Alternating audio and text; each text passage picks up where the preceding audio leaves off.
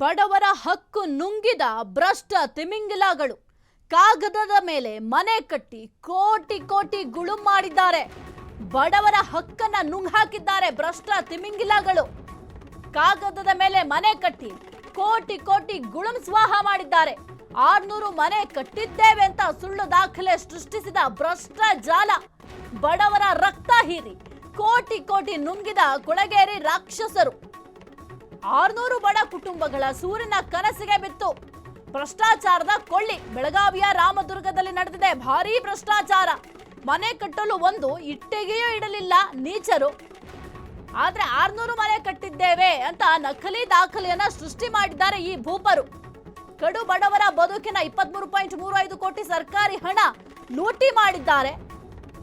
ಬಡವರ ಹಕ್ಕನ್ನ ನುಂಗ್ ಹಾಕಿದ್ದಾರೆ ಭ್ರಷ್ಟ ತಿಮಿಂಗಿಲಗಳು. ಬಡವರಿಗೆ ಸೇರಬೇಕಾಗಿರುವಂತಹ ದುಡ್ಡಿದು.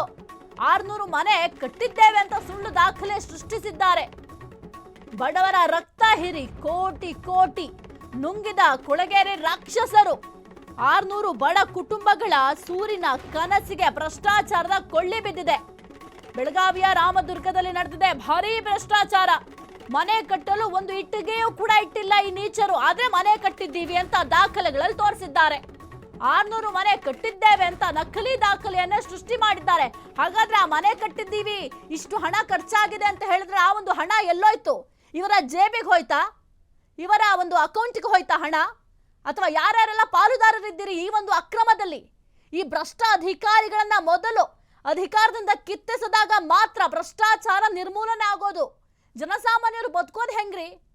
ಜನಸಾಮಾನ್ಯರ ಬದುಕನ್ನ ಬೀದಿಗೆ ತರ್ತಾ ಇದ್ದೀರಾ ನೀವು. ಬಡವರಿಗೆ ಸೇರ್ಬೇಕಾಗಿರುವಂತಹ ಮನೆ ಅಂತ ಮನೆಯನ್ನು ಕೂಡ ನೀವು ಮೋಸ ಮಾಡ್ತೀರಾ. ಬಡವರಿಗೆ ಸೇರ್ಬೇಕಾದಂತಹ ಹಕ್ಕನ್ನ ಕಿತ್ಕೊಳ್ತೀರಾ ಅಂತಂದ್ರೆ ನಾಚಿಕೆ ಆಗ್ಬೇಕು ನಿಮ್ಮಂತ ಭ್ರಷ್ಟ ಅಧಿಕಾರಿಗಳಿಗೆ. ನಿಮ್ಮಂತ ಭ್ರಷ್ಟ ಅಧಿಕಾರಿಗಳು ಇರೋದ್ರಿಂದ ಬಡವರಿಗೆ ಸಿಗಬೇಕಾದಂತ ಯಾವುದೇ ಯೋಜನೆಯೂ ಕೂಡ ಜನರಿಗೆ ಹೋಗ್ತಾ ಇಲ್ಲ. ಬಡವರು ಸರ್ಕಾರವನ್ನು ದೂಷಿಸ್ತಾ ಇದ್ದಾರೆ. ಯಾಕೆ ಅಂತಂದ್ರೆ ನಿಮ್ಮಂತ ಭ್ರಷ್ಟರನ್ನ ಇನ್ನೂ ಕೂಡ ಅಧಿಕಾರದಲ್ಲಿ ಇರಿಸಿದ್ದಾರೆ ಅಂತ ಆಕ್ರೋಶ ವ್ಯಕ್ತಪಡಿಸ್ತಾ ಇದ್ದಾರೆ. ಬಡವರಿಗೆ ಸೇರ್ಬೇಕಾದಂತಹ ಮನೆಗಳನ್ನ ಏನ್ ಮಾಡಿದ್ರಿ? ದಾಖಲೆಗಳಲ್ಲಿ ಈಗ ಅಷ್ಟು ತೋರಿಸಿದ್ದೀರಲ್ಲ, 600 ಮನೆ ಕಟ್ಟಿದೀವಿ ನಾವು. 600 ಬಡವರ ಕುಟುಂಬ ಏನಿದ್ದಾವೆ ನೆಮ್ಮದಿಯಾಗಿ ಜೀವನ ಮಾಡ್ಲಿಕ್ಕೆ ಅವಕಾಶ ಮಾಡಿಕೊಟ್ಟಿದ್ದೀವಿ ಅಂತ ಕೋಟಿ ಕೋಟಿ ಲೆಕ್ಕ ಕೊಟ್ಟಿದ್ದೀರಲ್ಲ. ಆ ಕೋಟಿ ಕೋಟಿ ಹಣ ಎಲ್ಲೋಯ್ತು? ಆ ಕೋಟಿ ಕೋಟಿ ಹಣ ನಿಮ್ಮ ಜೇಬಲ್ಲಿ ಇದೆಯಾ ಅಥವಾ ನಿಮ್ಮ ಮೇಲಧಿಕಾರಿಗಳ ಜೇಬ್ನಲ್ಲಿ ಇದೆಯಾ ಅಥವಾ ನಿಮ್ಮ ಅಕೌಂಟ್ನಲ್ಲಿ ಇದೆಯಾ ಅಥವಾ ಬಡವರಿಗೆ ಕಟ್ಟಬೇಕಾಗಿದ್ದ ಮನೆನ ನೀವೇ ಸ್ವಂತಕ್ಕೆ ಏನಾದ್ರು ಮನೆ ಕಟ್ಕೊಂಡಿದ್ದೀರಾ? ಏನ್ ಮಾಡಿದ್ರಿ ಕೋಟಿ ಕೋಟಿ ಹಣನ? ಬಡವರ ರಕ್ತ ಹಿರ್ಲಿಕ್ಕೆ ಅಂತಲೇ ನಿಮ್ಮಂತ ಭ್ರಷ್ಟ ಅಧಿಕಾರಿಗಳು ಅಧಿಕಾರ ವಹಿಸ್ಕೊಂಡಿರೋದಾ? ನಿಮ್ಮಂತ ಭ್ರಷ್ಟ ಅಧಿಕಾರಿಗಳಿದ್ರೆ ಜನರ ಪರಿಸ್ಥಿತಿ ಏನಾಗಬೇಕು? PM ಆವಾಸ್ ಯೋಜನೆ ಮನೆಗಳಿಗೆ ಕನ್ನ ಹಾಕಿದ ಖದೀಮರು. ಎಂಜಿನಿಯರ್ BS ಶಂಭುಲಿಂಗಪ್ಪ, ಗುತ್ತಿಗೆದಾರ NP ಪ್ರಸಾದ್ ವಿರುದ್ಧ ದೂರು. ಸರ್ವರಿಗೂ ಸೂರು ಸಿಗಬೇಕೆಂಬ ಯೋಜನೆಯನ್ನೇ ಬಂಡವಾಳ ಮಾಡಿಕೊಂಡ್ರು. 2019ರಿಂದ 2024ರವರೆಗೆ ಸದ್ದಿಲ್ಲದೆ ನಡೆದಿದೆ ಮಹಾಮೋಸ. ನೋಡಿ, ಯಾರಿಗೂ ಗೊತ್ತಾಗಿಲ್ಲ. ವಿವಿಧ ಹಂತದಿಂದ ಬಿಡುಗಡೆಯಾದ 29.45 ಕೋಟಿ ಹಣ ಗೋಲ್ಮಾಲ್. ಸ್ಥಳ ಪರಿಶೀಲನೆಯೇ ಇಲ್ಲ, GPS ಟ್ಯಾಗಿಂಗ್ ಕೂಡ ಇಲ್ಲ. ಕಾಮಗಾರಿ ಮುಗಿದಿದೆ ಅಂತ ನಕಲಿ ಬಿಲ್ ಸೃಷ್ಟಿಸಿ ಹಣ ಸ್ವಾಹ ಮಾಡ್ಕೊಂಡಿದ್ದಾರೆ. 600 ಫಲಾನುಭವಿಗಳಿಗೆ ತಲಾ 1.10 ಲಕ್ಷ ಹಣ ಕೊಟ್ಟು ಉಳಿದಿದ್ದು ಗುಳುಂ ಮಾಡ್ಕೊಂಡಿದ್ದಾರೆ.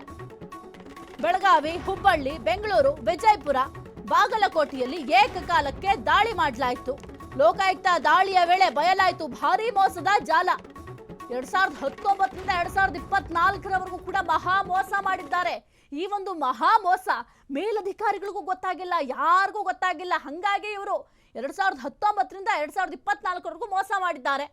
ಅದೇ ಅವ್ರಿಗೊಂದು ಧೈರ್ಯ ಇತ್ತು ಅನ್ಸುತ್ತೆ. ಅಯ್ಯೋ, ನಾವ್ ಏನು ಮಾಡಿದ್ರೆ ಯಾರಿಗೆ ತಾನೇ ಗೊತ್ತಾಗತ್ತೆ, ಬಿಡ್ರಿ ಗೊತ್ತಾದಾಗ ನೋಡ್ಕೊಳ್ಳೋಣ ಅನ್ನೋ ಒಂದು ಭಂಡತನ ಇತ್ತು ಅನ್ಸುತ್ತೆ, ಹುಂಬತನ ಇತ್ತು. ಹಂಗಾಗಿ ಈ ರೀತಿಯಾಗಿ ಬಹುದೊಡ್ಡ ಮೋಸ ಮಾಡಿದ್ದಾರೆ.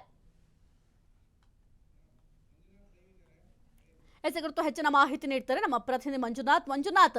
PM ಆವಾಸ್ ಯೋಜನೆ ಅಂತಂದ್ರೆ ಬಡವರಿಗೆ ಇರುವಂತಹ ಯೋಜನೆ. ಆ ಒಂದು ಯೋಜನೆಯನ್ನು ಕೂಡ ಈ ಭ್ರಷ್ಟರು ಬಿಟ್ಟಿಲ್ಲ. ಆ ಒಂದು ಯೋಜನೆಯ ಮುಖಾಂತರ ಕೂಡ ಕೋಟಿ ಕೋಟಿ ಹಣ ಲೂಟಿ ಹೊಡೆದಿದ್ದಾರೆ. ಆ ಒಂದು ಹಣ ಎಲ್ಲಿ ಹೋಯ್ತು? ಬರೀ ದಾಖಲೆಗಳಲ್ಲಿ ಮಾತ್ರ ಮನೆ ಕಟ್ಟಿದೀವಿ ಅಂತ ಹೇಳಿದ್ರೆ ಸಾಕ? ಆ ಒಂದು ಹಣ ಇವರ ಜೇಬ್ಗೆ ಹೋಯ್ತಾ ಅಥವಾ ಇವರ ಮೇಲಧಿಕಾರಿಗಳ ಜೇಬ್ಗೆ ಹೋಯ್ತಾ?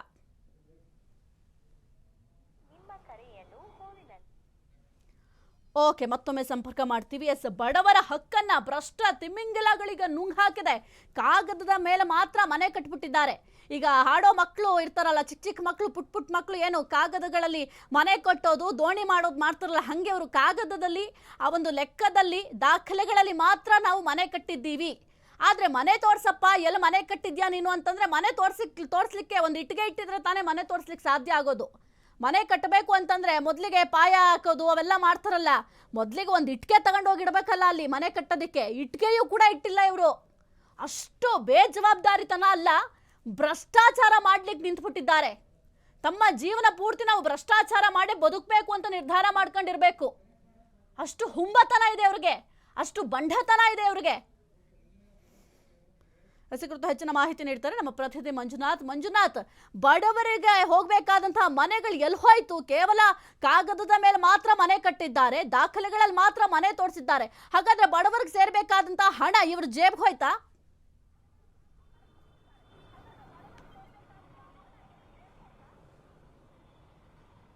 ಸಾಹಿತ್ಯ ಇವತ್ತು ಲೋಕಾಯುಕ್ತ ಭರ್ಜರಿ ಕಾರ್ಯಾಚರಣೆ ಮಾಡಿರುವಂಥದ್ದು. ಅದರಲ್ಲೂ ಕೂಡ ಬೆಳಗಾವಿ, ಧಾರವಾಡ, ಬೆಂಗಳೂರು ಸೇರಿದಂತೆ ಇವತ್ತು 8 ಕಡೆ ಲೋಕಾಯುಕ್ತ ಅಟ್ ಎ ಟೈಮ್ ದಾಳಿಗೆ ಮುಂದಾಗಿತ್ತು. ಅದರಲ್ಲಿ ಇವತ್ತು ಬೆಳಗಾವಿಯಲ್ಲಿ ಮಹತ್ವದ ದಾಖಲೆ ಕೂಡ ಸಿಕ್ಕಿರುವಂಥದ್ದು. ಅದರಲ್ಲೂ ಕೂಡ ಬೆಳಗಾವಿಯಲ್ಲಿ ಸುಮಾರು 600 ಮನೆಯನ್ನ ಕೊಳಗೇರಿ ನಿವಾಸದಲ್ಲಿ, ಅಂದ್ರೆ ನನ್ನ ಎಡಭಾಗದಲ್ಲಿ ನೀವು ಗಮನಿಸ್ತಾ ಇರ್ಬೋದು, ಈ ಒಂದು ಏನು ಕರ್ನಾಟಕ ಕೊಳಗೇರಿ ಅಭಿವೃದ್ಧಿ ಮಂಡಳಿ ಇದೆ, ಈ ಕರ್ನಾಟಕ ಕೊಳಗೇರಿ ಅಭಿವೃದ್ಧಿಯಿಂದ ಸುಮಾರು 33 ಕೋಟಿಯಷ್ಟು ಅಂದ್ರೆ 33 ಕೋಟಿಯಷ್ಟು ಇಲ್ಲಿ ಅಕ್ರಮ ಆಗಿರುವಂಥದ್ದು.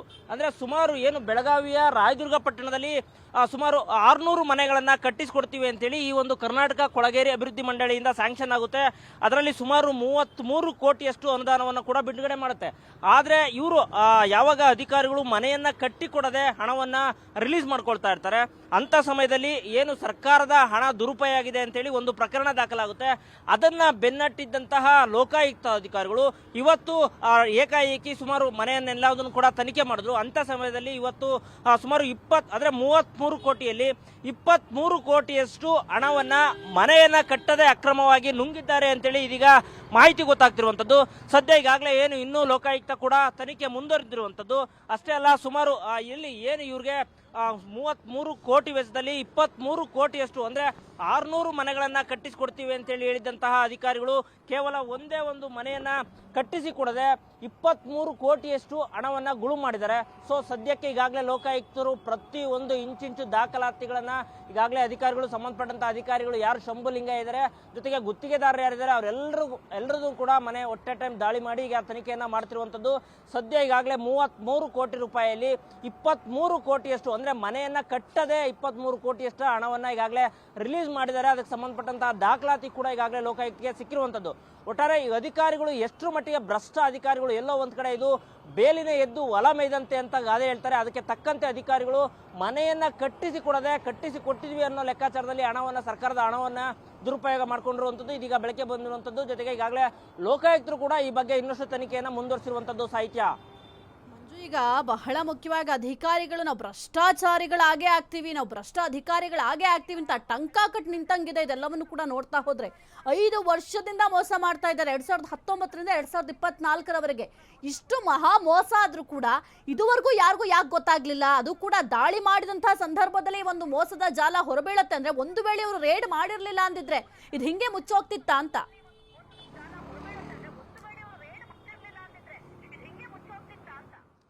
ಖಂಡಿತ. ಯಾಕಂದ್ರೆ ಇದು 2019ರಿಂದ 24 ಅಂದ್ರೆ ಸುಮಾರು 5 ವರ್ಷಗಳಲ್ಲಿ ಈ ಒಂದು ಫೈಲ್ ಮೂವ್ ಆಗುತ್ತೆ. ಅಂದ್ರೆ ಕೊಳಗೇರಿಯಲ್ಲಿ ಕೆಲಸ ಮಾಡುವಂತಹ ಯಾರು ಬಡವರಿದ್ದಾರೆ ಅಂಥವ್ರಿಗೆ ಸುಮಾರು 600 ಮನೆಗಳ ತುಂಬಾ ಅವಶ್ಯಕತೆ ಇದೆ ಅಂತೇಳಿ ಕರ್ನಾಟಕ ಕೊಳಗೇರಿ ಅಭಿವೃದ್ಧಿ ಮಂಡಳಿಯವರಿಗೆ ಒಂದು ಅಪ್ಲಿಕೇಶನ್ ಹೋಗುತ್ತೆ. ಅಂತ ಸಂದರ್ಭದಲ್ಲಿ ಸರ್ಕಾರ ಕೂಡ ಅಂದ್ರೆ ಕಡು ಬಡವರಿಗೆ ಮತ್ತೆ ಕೊಳಗೇರಿಯಲ್ಲಿರುವಂತಹ ಜನರಿಗೆ ಅಭಿವೃದ್ಧಿ ಆಗಬೇಕು ಅನ್ನೋ ನಿಟ್ಟಿನಲ್ಲಿ ಸುಮಾರು 600 ಮನೆಗಳನ್ನ ಒಪ್ಪಿಗೆ ಪತ್ರವನ್ನ ಕೊಡುತ್ತೆ. ಅಂದ್ರೆ ಶೀಘ್ರದಲ್ಲೇ ಇವೆಲ್ಲವೂ ಅಂದ್ರೆ 2019ರಿಂದ 19ರಲ್ಲಿ ಸ್ಯಾಂಕ್ಷನ್ ಆಗುತ್ತೆ, 20ರಲ್ಲಿ ಮನೆ ಕಟ್ಟಬೇಕು ಅಂತೇಳಿ ಕೂಡ ಸರ್ಕಾರ ಮುಂದಾಗುತ್ತೆ. ಅದರಂತೆ ಮೊದಲ ಹಂತದಲ್ಲಿ ಎಷ್ಟು ಹಣವನ್ನ ರಿಲೀಸ್ ಮಾಡಬೇಕು ಹಂತವಾಗಿ ಹಣವನ್ನು ಕೂಡ ರಿಲೀಸ್ ಮಾಡ್ತಾ ಗೊತ್ತಾಗುತ್ತೆ. ಆದ್ರೆ ಸಂಬಂಧಪಟ್ಟಂತ ಅಧಿಕಾರಿಗಳು ಸ್ಪಾಟ್ಗೆ ಹೋಗಿ ತನಿಖೆ ಮಾಡಬೇಕಾಯ್ತು. 600 ಮನೆಗಳಲ್ಲಿ ಈಗಾಗಲೇ ಸುಮಾರು ಒಂದು 10 ಕೋಟಿಯಷ್ಟು ಹಣ ರಿಲೀಸ್ ಆದ್ಮೇಲೆ ಎಷ್ಟು ಮಟ್ಟಿಗೆ ಅಭಿವೃದ್ಧಿ ಆಗ್ತಾ ಇದೆ, ಎಷ್ಟು ಮನೆಗಳ ನಿರ್ಮಾಣಕ್ಕೆ ನೀವು ಮುಂದಾಗಿದ್ದೀರಿ ಅಂತೇಳಿ ಸ್ಪಾಟ್ಗೆ ಹೋಗಿ ನೋಡುವಂತ ಕೆಲಸ ಮಾಡಬೇಕಾಯ್ತು. ಯಾವಾಗ ಅಧಿಕಾರಿಗಳು ಯಾವೊಬ್ಬ ಅಧಿಕಾರಿಗಳು ಕೂಡ ಸ್ಪಾಟ್ಗೆ ಹೋಗದೆ ನೋಡದೆ ಕೇವಲ ಅಂದ್ರೆ ಅವರವರ ಒಳೊಳಗೆ ಗಿಮಿಕ್ ಮಾಡಿ ಹಣವನ್ನ ಅಂದ್ರೆ ಮನೆಗಳು ಕಟ್ಟದೆ ಹಣವನ್ನ ರಿಲೀಸ್ ಮಾಡ್ಕೊಳ್ತಿರುವಂತದ್ದು ಯಾವಾಗ ಅಧಿಕಾರಿಗಳು ಗೊತ್ತಾಗುತ್ತೋ ಎಲ್ಲರೂ ಕೂಡ ಇದರಲ್ಲಿ ಸಾಕಷ್ಟು ಜನರು ಶಾಮೀಲಾಗಿದ್ದಾರೆ ಅಂತೇಳಿ ಗೊತ್ತಾಗ್ತಿರುವಂತದ್ದು. ಸದ್ಯ ಈಗಾಗಲೇ ಲೋಕಾಯುಕ್ತ ಅಧಿಕಾರಿಗಳಿಗೆ ಎಲ್ಲವೂ ಕೂಡ ಯಾರು ಸಂಬಂಧಪಟ್ಟಂತ ಅಧಿಕಾರಿಗಳು ಬಿಲ್ ಅನ್ನ ಪಾಸ್ ಮಾಡ್ಕೊಂಡಿದ್ದಾರೆ. ಜೊತೆಗೆ ಇದಕ್ಕೆ ಮುಖ್ಯವಾಗಿ ಕಿಂಗ್ ಪಿನ್ ಯಾರು ಅಂತ ಕೂಡ ಈಗಾಗಲೇ ಲೋಕಾಯುಕ್ತ ಗೊತ್ತಾಗಿರುವಂತದ್ದು. ಸಾಕಷ್ಟು ದಾಖಲಾತಿಗಳನ್ನು ಕೂಡ ಈಗಾಗಲೇ ದಾಖಲೆಗಳನ್ನ ವಶಪಡಿಸಿಕೊಂಡಿರುವಂತದ್ದು. ಸೊ ತನಿಖೆಯ ನಂತರ ಇನ್ನು ಇದಕ್ಕೆ ಸಂಬಂಧಪಟ್ಟಂತ ಅಧಿಕಾರಿಗಳು ಇನ್ನು ಯಾರೆಲ್ಲ ಇದ್ದಾರೆ, ಇದರಲ್ಲಿ ಯಾರ್ಯಾರ ಕೈವಾಡ ಇದೆ ಅಂತೇಳಿ ಲೋಕಾಯುಕ್ತ ಸಂಪೂರ್ಣ ತನಿಖೆ ಮುಗಿದ ಮೇಲೆ ಗೊತ್ತಾಗಬೇಕಾಗಿದೆ. ಸಾಹಿತ್ಯ ಮಂಜು, ಈಗ 600 ಬಡ ಕುಟುಂಬಗಳಿಗೆ ಸೂರಿನ ವ್ಯವಸ್ಥೆಯನ್ನ ಮಾಡಿಕೊಡೋದ್ರ ಬದಲು 600 ಏನು ಫಲಾನುಭವಿಗಳಿದ್ದಾರೆ ಅವ್ರಿಗೆ ಕೇವಲ 1 ರಿಂದ 1.5 ಲಕ್ಷ ಹಣ ಕೊಟ್ಟು ಒಂದು ಪ್ರಕರಣವನ್ನ ಮುಚ್ಚಿ ಹಾಕಬೇಕು, ಅವರು ಎಲ್ಲೂ ಕೂಡ ಈ ಒಂದು ವಿಚಾರಕ್ಕೆ ಸಂಬಂಧಪಟ್ಟಂತೆ ಮಾತನಾಡಬಾರ್ದು ಅಂತ ಪ್ಲಾನ್ ಮಾಡ್ಕೊಂಡಿದ್ರ ಅಂತ?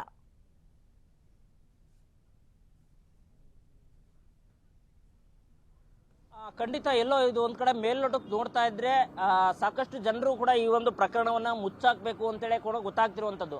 ಯಾರೋ ಅಂದ್ರೆ ಅಲ್ಲಿ ಸಂಬಂಧಪಟ್ಟಂತ ಯಾರೋ ಒಬ್ರು ಇಬ್ರು ಕಳೆದ ಸುಮಾರು ಈ ಹಿಂದೆ ಸರ್ಕಾರದ ಹಣ ದುರುಪಯೋಗ ಆಗ್ತಾ ಇದೆ ಅಂತೇಳಿ ಒಂದು ಪ್ರಕರಣ ದಾಖಲಾಗುತ್ತೆ. ತದಾದ ನಂತರ ಆ ಪ್ರಕರಣವನ್ನು ಅಲ್ಲಿಗೆ ಕೈ ಬಿಡಲಾಗುತ್ತೆ. ಆದ್ರೆ ಲೋಕಾಯುಕ್ತರು ಯಾವಾಗ ಈ ಪ್ರಕರಣ ಭೇದಿಸಬೇಕು ಅಂತೇಳಿ ಮುಂದಾಗಿದ್ದಂತಹ ಲೋಕಾಯುಕ್ತ ಅಧಿಕಾರಿಗಳಿಗೆ ಏನು ಸರ್ಕಾರದ ಹಣ ದುರುಪಯೋಗ ಆಗ್ತಾ ಇದೆ ಅಂತೇಳಿ ಆ ಪ್ರಕರಣದಡೆ ಏಕಾಏಕಿ ಸಂಬಂಧಪಟ್ಟಂತ ಅಧಿಕಾರಿಗಳ ಮೇಲೆ ದಾಳಿ ಮಾಡಿರುವಂತದ್ದು. ದಾಳಿಯಲ್ಲಿ ಸಂಪೂರ್ಣವಾಗಿ ಗೊತ್ತಾಗ್ತಿರುವಂತದ್ದು ಸುಮಾರು 600 ಮನೆಗಳ ಪೈಕಿ 600 ಮನೆಗಳ ನಿರ್ಮಾಣಕ್ಕೆ 33 ಕೋಟಿಯಷ್ಟು ಅನುದಾನವನ್ನು ಕೂಡ ಬಿಡಲಾಗಿತ್ತು. ಅದರಲ್ಲಿ 600 ಮನೆಯಲ್ಲಿ ಒಂದು ಮನೆಯನ್ನ ಕಟ್ಟದೆ 23 ಕೋಟಿಯಷ್ಟು ಹಣವನ್ನ ಅಕ್ರಮವಾಗಿ ಅಂದ್ರೆ ಆ ಮನೆಗಳನ್ನು ನಿರ್ಮಿಸದೆ ಹಣವನ್ನ ರಿಲೀಸ್ ಮಾಡ್ಕೊಂಡಿದ್ದಾರೆ ಅಂತೇಳಿ ಗೊತ್ತಾಗ್ತಿರುವಂತದ್ದು. ಸೊ ಇದಕ್ಕೆ ಹಿಂದೆ ಯಾರಿದ್ದಾರೆ, ಜೊತೆಗೆ ಇನ್ನು ಏನೆಲ್ಲ ಹುನ್ನಾರ ನಡೆದಿತ್ತು ಅನ್ನೋದು ತನಿಖೆ ಅಂದ್ರೆ ಲೋಕಾಯುಕ್ತ ತನಿಖೆ ಆದ್ಮೇಲೆ ಗೊತ್ತಾಗಬೇಕಾಗಿದೆ. ಸಾಹಿತ್ಯ. ಓಕೆ, ಥ್ಯಾಂಕ್ ಯು ಮಂಜು ನಿಮ್ಮೆಲ್ಲ ಮಾಹಿತಿಗಾಗಿ.